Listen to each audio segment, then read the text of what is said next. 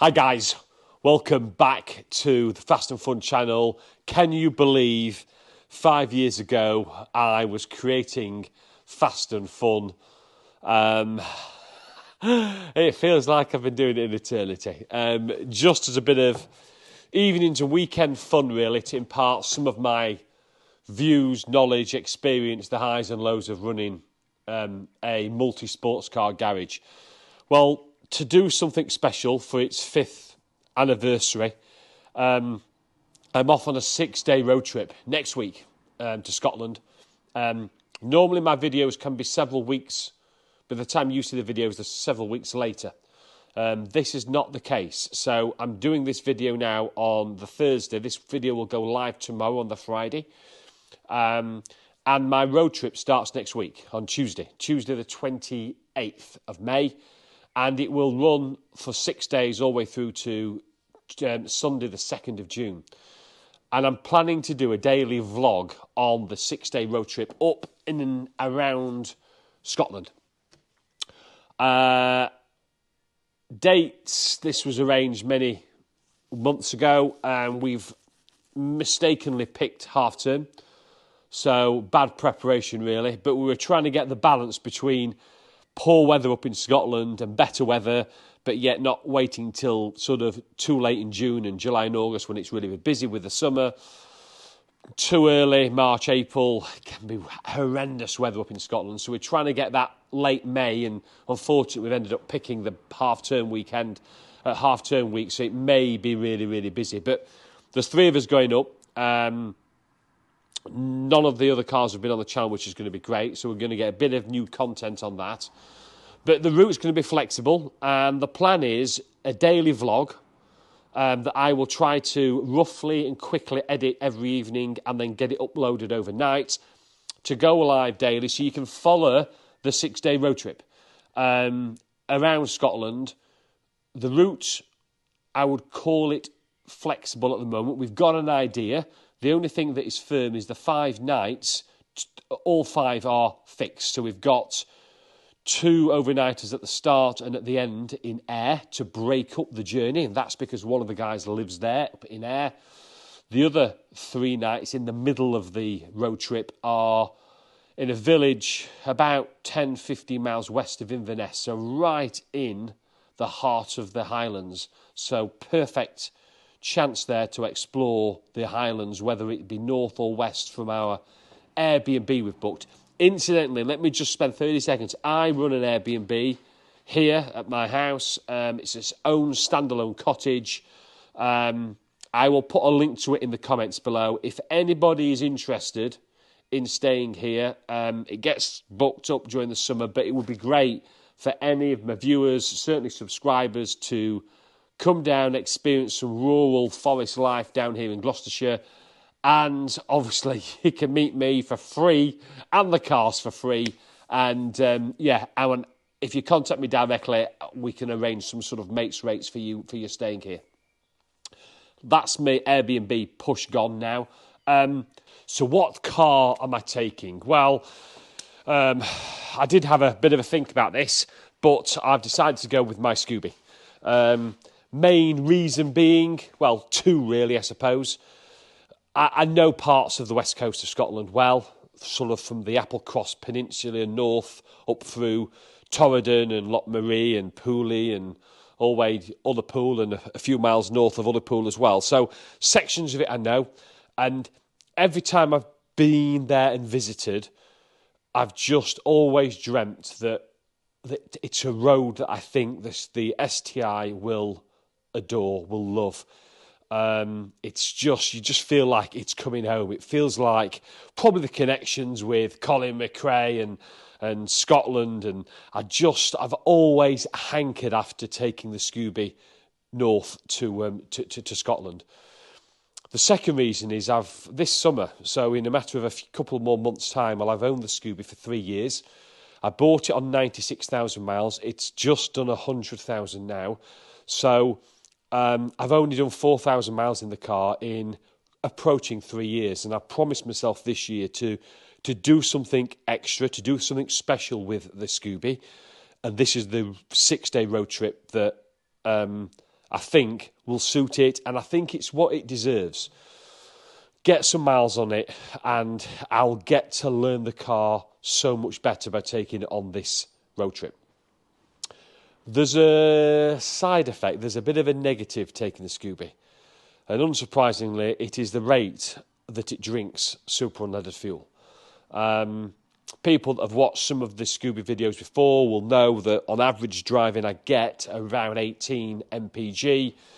When I've done a few road trips for the day up into Wales and I've been on it to a degree, it's dropped to sort of mid-teens. 15 is not unknown. That's not a good MPG on a tank that is pretty small. I think it's 47 litres, the Impreza. So it's got a pretty small tank with a pretty appalling MPG for a 2 litre 4-cylinder. That does cause a few problems. The first one is the cost. So with a bit of calculation, I'm thinking, well, I've got a bit of motorway up. Well, I've got quite a bit of motorway up there. We're going to be in traffic. We can't always be on it. So I'm hoping that over the whole 6 days, I'll still be able to get in and around 18 to the gallon. If that's the case, and at a roughly £1.60 a litre for super unleaded, a quick calculation on the distance up there and back and what we're planning to do, we think it's going to be about 1,800 miles. That means over £700 in fuel. Ouch. That's going to be over 100, what's that, £120, £115, £120 every single day that car is going to be drinking. It seems an incredible amount. But anyway, that's a byproduct. That's one of the negatives to it. But my bigger worry is access to unleaded fuel. It's okay on the way up there, and I've sort of plotted. As soon as you get north of Glasgow, I've just plotted so I know where the super unleaded is. I know there's one at Fort William just north. So from Ayr, where we're going to stop on the first night, I know we're going to go via Loch Lomond and Glencoe and Fort William and then Loch Ness up to Inverness. That's the rough route for the second day. I know there's a fuel station just north of Fort William that'll take super unleaded as well. And I've tracked down a place that I'll talk about on the videos to get super unleaded around Inverness. But pretty much north and west of Inverness, there ain't any.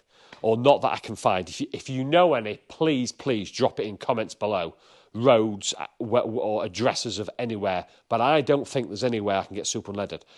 So that's caused me a bit of a scratch, because I know if we're doing 250, maybe 300 miles in one of the days up in Inverness, I ain't going to be able to get round there, because my range is going to be somewhere if I keep a quarter of a tank in the fuel tank, which again, it's all about fuel starvation and whether it's right or not. I always leave a quarter of a tank of fuel in the car. I always think it's good practice not to run it dry, which means I reckon 150, 180 miles probably max is all I'm going to get on a tank.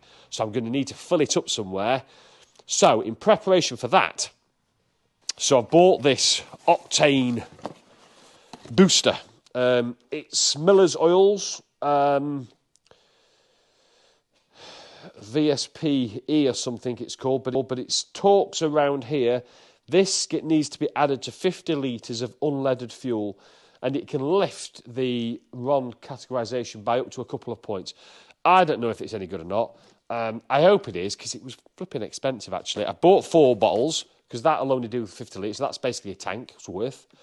4 together was about £55, I think. So what's that? 14 pounds each. So flipping expensive. But look, I thought I've never ever put standard 95 RON unleaded in my car. So I thought, do you know what? If I get to Ullapool halfway round on a day, I can drop a pot of that in and hopefully lift it up, and hopefully it won't do it in the yard. What else have I done in regard to preparation? Well, beforehand, let's walk down and let's have a look at the Scooby, because there's a couple of things I want to show you on that.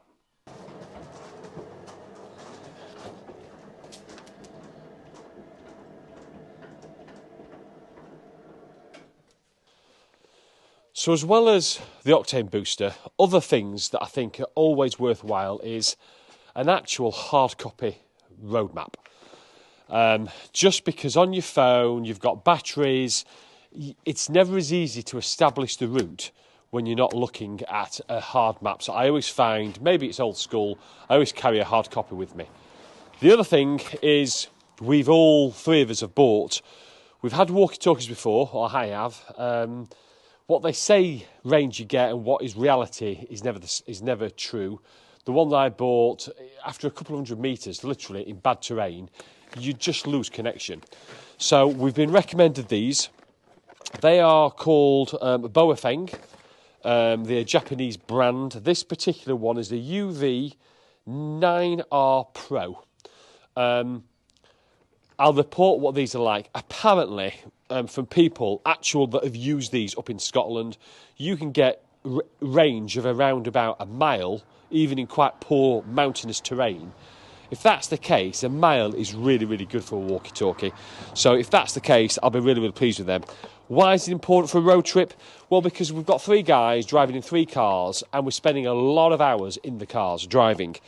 It just means that we can enjoy a little bit of banter, a bit of enjoyment, as though they're in the car with, or we're each in the car with each other. It just means you've got that dialogue which you wouldn't otherwise have. What else have I done? Well, the car, as I say, has been so lightly used. It was stored over the worst of the winter months. It's come out, and the main job I did, which I did a video 4 or 5 weeks ago, was on my brakes, the discs and pads, front and rears. And I'll put a link up there to the saga of that front caliper bolts that both sheared. But they've all been done. So pads and discs all brand new on it now. I've gone for CL RC5 pads, fast road rail setup, occasional track use, although this won't see track. I wanted something that was quite aggressive with Godspeed G-Hook discs. They're a little bit noisy. They've been on. I've done about 200 miles because I've done a few drives now, making sure everything's okay. And that's the key thing when you're going on a 6-day road trip. You got to make sure your car is tip-top condition. So basically, new pads, new discs, front and rears. Everything else is pretty much tickety-boo.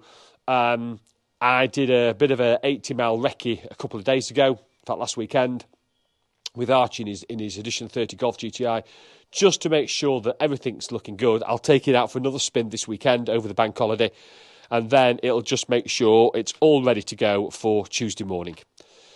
So, there we go. That's the intro. That is a quick insight into what to expect from Tuesday onwards. A daily drop, a daily video from me for 6 consecutive days, talking about where we've gone, where we plan to go, what we've encountered, good roads, bad roads, traffic, car issues, people issues, where we've stayed, good food, bad food, all things that make up a road trip, and hopefully with a few funnies in there and some good clips of the cars. Okay, let's go on this journey next week.